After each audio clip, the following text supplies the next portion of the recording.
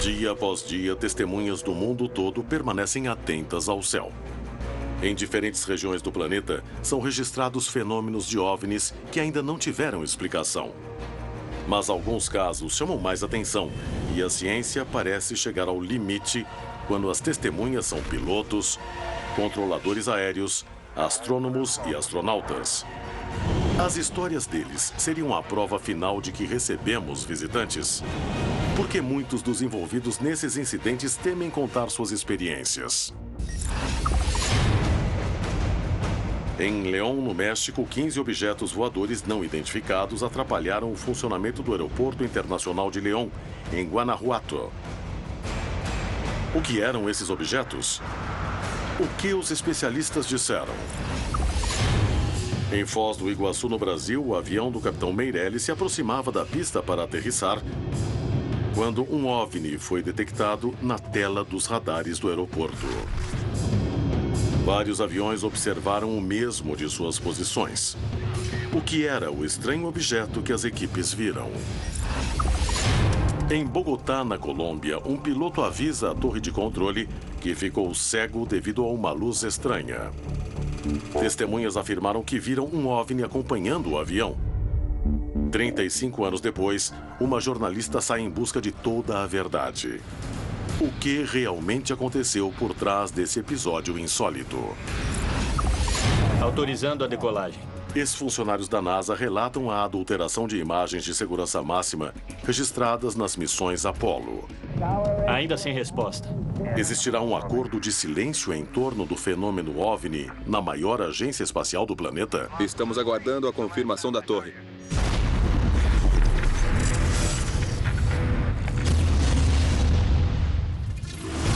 Contato extraterrestre. Hoje apresentamos OVNIs e testemunhos confiáveis. Autorizando a decolagem. Falamos de testemunhos confiáveis quando se tratam de pilotos, controladores, militares ou de pessoas que já possuem uma certa posição e que têm um certo status. Se são mais preparados, têm mais experiência na profissão e podem se arriscar com o que falam, são considerados testemunhos confiáveis. Pilotos são excelentes testemunhas quando se tratam de fenômenos OVNIs, porque estão constantemente atentos para objetos no céu. Então possuem uma percepção muito maior de coisas, como o tamanho de um objeto, a velocidade dele e a distância de um objeto. Além disso, esses profissionais estão munidos de equipamentos, de instrumentos. Eles têm radares, eles têm sensores, eles têm a capacidade de determinar velocidades, tamanhos, rotas. Todas essas informações são muito caras à ufologia. As testemunhas confiáveis possuem um conhecimento excepcional sobre o fenômeno OVNI, e seu ponto de vista é fundamental para entendê-lo melhor. Entretanto, seus relatos quase nunca são divulgados. Por que existe esse silêncio? Mas existe um problema para os pilotos, e o problema é principalmente para pilotos de empresas aéreas comerciais. As companhias não se sentem à vontade quando os pilotos falam sobre OVNIs, porque temem que o público pense que os pilotos são desmiolados. Muitos recebem ordens de não falar. E muitos normalmente não comentam, porque existe um protocolo e você pode arrumar confusão se levar isso ao grande público. Quando um piloto fala que viu alguma coisa, é porque a situação foi extrema. E é preciso reportar aquilo. Relatos de pessoas da aviação poderiam desvendar o mistério oculto por trás do fenômeno OVNI. Um dos casos mais impressionantes da história mundial da aviação ocorreu no México, onde uma grande quantidade de testemunhas especialistas não conseguiu explicar o que ocorreu no céu de León, em Guanajuato. Pilotos, controladores e auxiliares de pista ficaram pasmos, e o assunto chegou à imprensa com consequências inesperadas. O controlador aéreo Emiliano Torres e José Vega, bombeiro aeroportuário, foram duas das testemunhas envolvidas no episódio, que terminou em um incidente conturbado com as autoridades. Ainda sem resposta.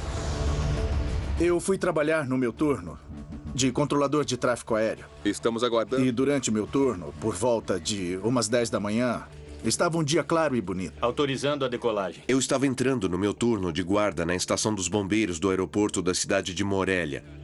Aproximadamente umas 10h15 da manhã, um avião de uma companhia internacional pediu autorização para sair da plataforma e ir até a pista de decolagem. Estamos aguardando a confirmação da torre.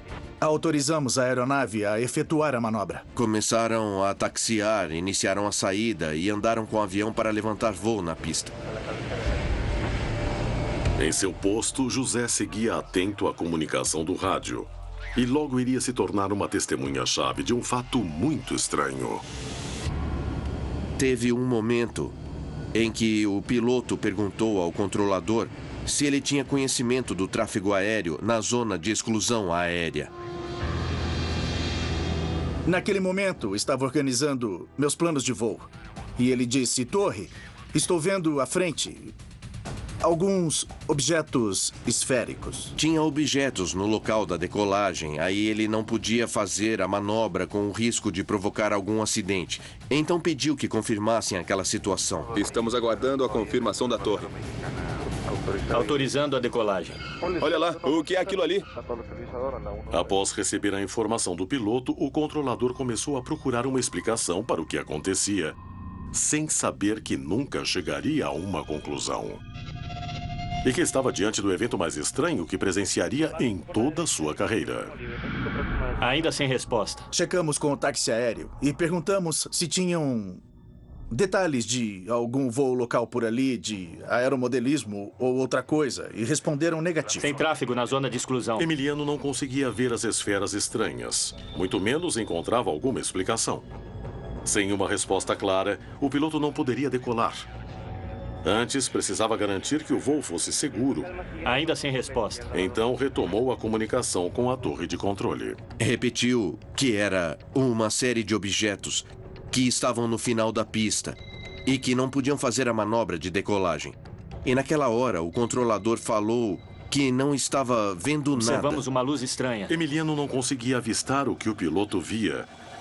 Entretanto, uma presença incomum mudaria essa realidade. Eu estava com meu colega de trabalho, um engenheiro, que pegou o binóculo e começou a gritar: Emiliano, Emiliano, é uma coisa estranha, algo diferente. Algo diferente. Aí eu virei, então veio a surpresa, ao observar as várias esferas de aparência metálica. E de tamanho e proporção consideráveis. E como estava à luz do dia, dava para ver, eram muito notáveis. Primeiro era saber o que estava lá, e depois a preocupação que se o avião saísse, se a aeronave saísse, o que podia acontecer. Eram de tanta magnitude que fiquei parado, olhando vários minutos. Emiliano Torres se viu em uma encruzilhada. Não tinha ideia do que estava acontecendo na pista de aterrissagem que controlava. Um fenômeno como aquele nunca tinha acontecido e tudo dependia de seu critério. Será que estava diante de um perigo fatal? Era fundamental tentar entender o que estava acontecendo. Fui solicitado pelo controlador para ir até a beira da pista com o rádio e o binóculo. Dirija-se direto à pista que observamos uma luz estranha.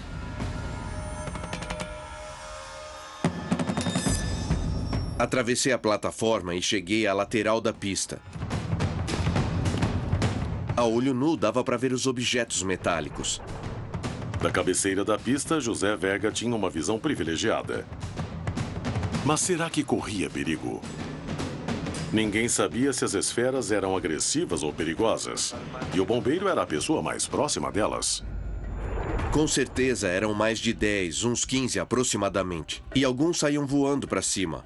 Outros iam para frente, para trás. E estavam, eu imagino, não mais do que a 500 metros do chão. Com um deslocamento lento, um controle de descida muito bem programado, muito bem planejado. Todas as explicações conhecidas não serviam para confirmar o que estava acontecendo, aumentando a perplexidade das testemunhas experientes e as obrigando a decidir completamente às cegas sobre a segurança de milhares de passageiros. Observamos uma luz estranha. O que fizemos ali foi ter uma conversa um pouco fora de todo o protocolo estabelecido, perguntando e respondendo um ao outro o que estávamos vendo. E o piloto também falava, mas isso não é normal, é algo diferente. E eu falei, com certeza é diferente. Já fora de todo o protocolo, ele me pedia com mais confiança para tentar descobrir o que estava acontecendo e o que eu via. Dependendo do que eu visse, a decisão seria tomada. Se a aeronave ficaria ou sairia. José se aproximou mais dos objetos. Ele não percebia que estava se expondo ao perigo. Deu um pouco de medo não saber como aquelas coisas iam reagir, se iam para cima da aeronave, se iam embora ou o que iam fazer. Eu não tinha a menor ideia. Conforme o tempo passava, mais a situação se agravava no aeroporto movimentado. Na hora só pensei na segurança dos passageiros e dos pilotos. Minha angústia crescia, porque os objetos iam se aproximando cada vez mais. Pouco a pouco se aproximavam e chegou um momento em que eram praticamente visíveis a olho nu. Não precisava mais de binóculo. Emiliano ficava cada vez mais impressionado. Tudo o que sabia sobre segurança aérea era desafiado pela presença dos OVNIs. O que aconteceria se um avião tentasse aterrissar? Emiliano se viu obrigado a tomar uma atitude drástica.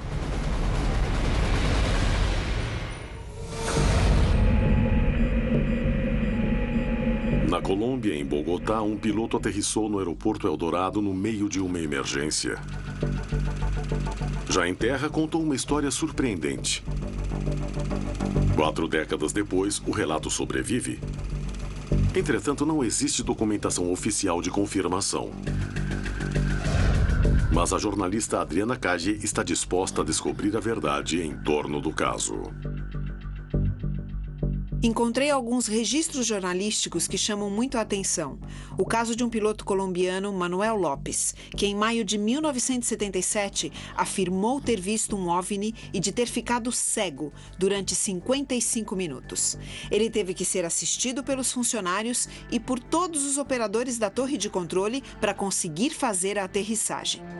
Sem provas, Adriana Caggi precisa ir em busca das testemunhas do caso.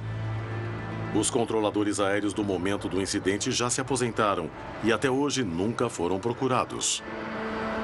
Adriana tentará encontrá-los e, nesse meio tempo, conversará com Miguel Forero, pai da ufologia colombiana e pesquisador do caso. Possivelmente o avião entrou em pane e o cara se assustou terrivelmente porque não sabia onde estava e nem para onde ia. Ele ficou completamente desesperado e gritava.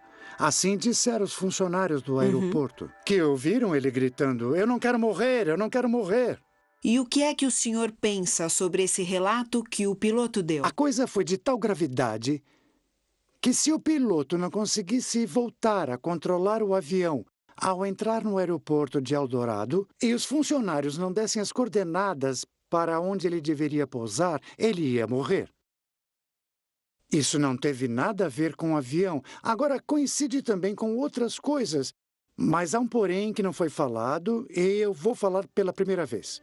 O que falaram os camponeses do lugar por onde o avião sobrevoou naquele dia? Em torno das 3 ou 4 da tarde. Naquele dia, viram passar o avião. E o que mais chamou a atenção é que ele estava bem alto e não dava para ouvir o barulho do motor do avião. E observaram que, à frente dele, a certa distância, tinha uma espécie de disco que disseram ser metálico. Foi de uma gravidade realmente enorme tudo o que aconteceu, porque aquilo foi quase fatal. E volto a falar, se não fosse pelos homens do aeroporto, esse piloto já era. A entrevista com Miguel revela dados únicos e não divulgados até então. Mas o que os médicos especialistas acham desse relato? Seria possível um homem ficar cego por 1 hora e aterrissar um avião nesse estado? Existe um jeito de provar se o caso foi legítimo? As testemunhas do caso irão falar sobre o fato? Adriana Cage irá em busca de todas as respostas. Testemunhas confiáveis poderiam confirmar se recebemos ou não a visita de inteligências extraterrestres. Existem muitos